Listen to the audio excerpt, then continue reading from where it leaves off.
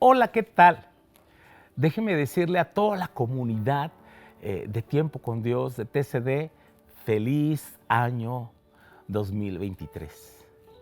Debemos agradecerle a nuestro Dios todo lo que Él nos ha dado el año que pasó y vivir con la expectativa de lo que Él hará a favor nuestro.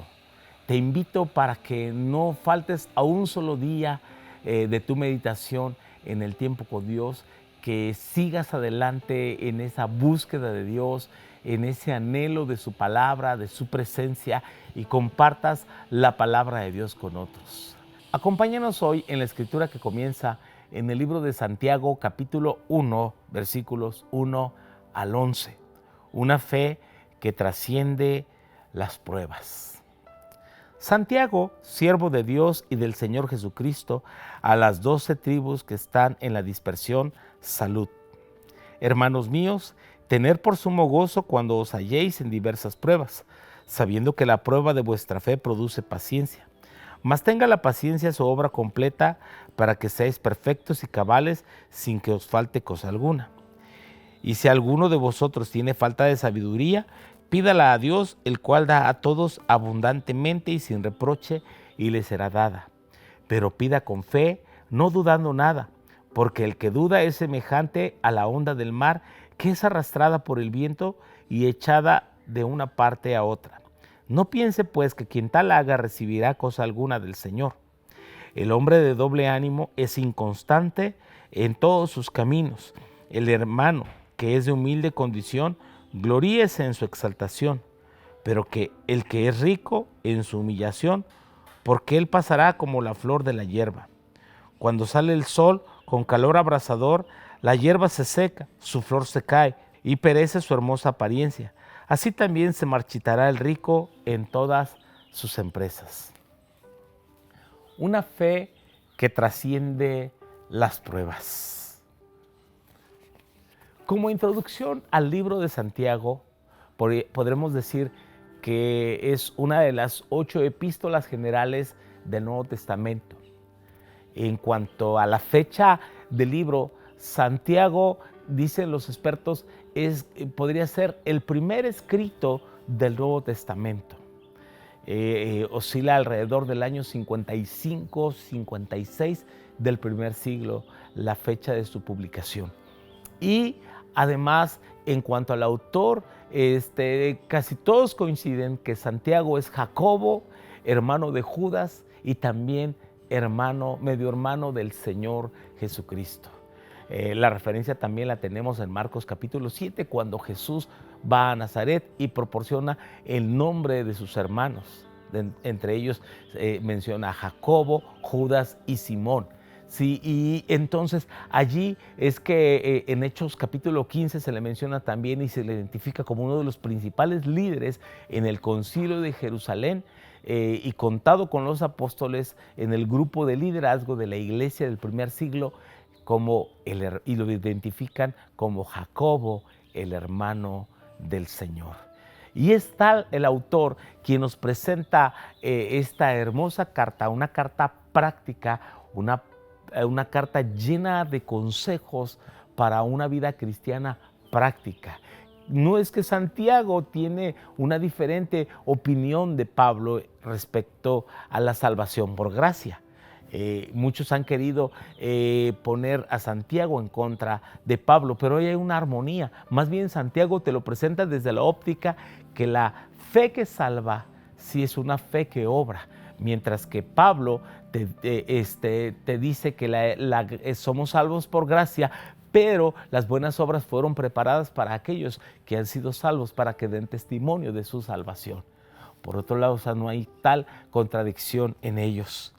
Así que él escribe en un contexto completamente judaico. Recuerden que antes la iglesia comenzó en el seno del judaísmo, y ahí son creyentes judíos los primeros convertidos en Pentecostés, en los primeros capítulos de Hechos, hasta después del capítulo 8, cuando son dispersados a causa de la muerte de Esteban. Ellos son perseguidos, y ya hasta el capítulo 10, 11, 13 vemos el movimiento misionero de la iglesia del primer siglo. Ya cuando hay necesidad de poner algunas bases respecto a los creyentes gentiles, que había gente que los quería obligar a judaizar, a circuncidarse y guardar la ley, es que se lleva a cabo el concilio de Jerusalén. Así que Santiago se presenta no como hermano del Señor, sino como siervo de Dios y del Señor Jesucristo. Y le escribe a las 12 tribus que están en dispersión, salud. El llamado primero es a tener fe en medio de las pruebas. Porque Santiago dice que la fe en nosotros produce paciencia. La paciencia es carácter. La fe debe producir en nosotros y las pruebas un carácter tal que reflejemos que nuestra fe está firme en el Señor y que hemos nacido de nuevo y que nada nos hará retroceder. Sin embargo, la paciencia debe tener su obra completa para que nosotros seamos perfectos y cabales sin que nos falte cosa alguna. Entonces, si necesitamos fe para soportar la prueba, tenemos que pedirla a Dios y tenemos que pedirla con paciencia y pedir esa sabiduría para vivir una vida que agrade al Señor sin renunciar. De otra manera, aquel que duda y que no pide con fe es semejante a aquel que es arrastrado a las ondas del mar, que es llevado de un lugar a otro. Así que dice, no piense que quien tal haga recibirá cosa alguna del Señor. Y menciona al hombre de doble ánimo. El hombre de doble ánimo, dice, es inconstante en todos sus caminos.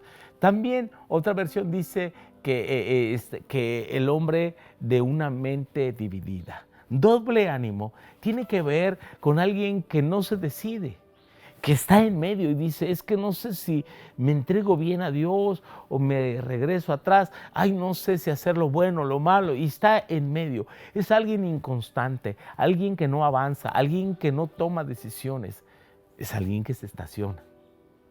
Y sabe,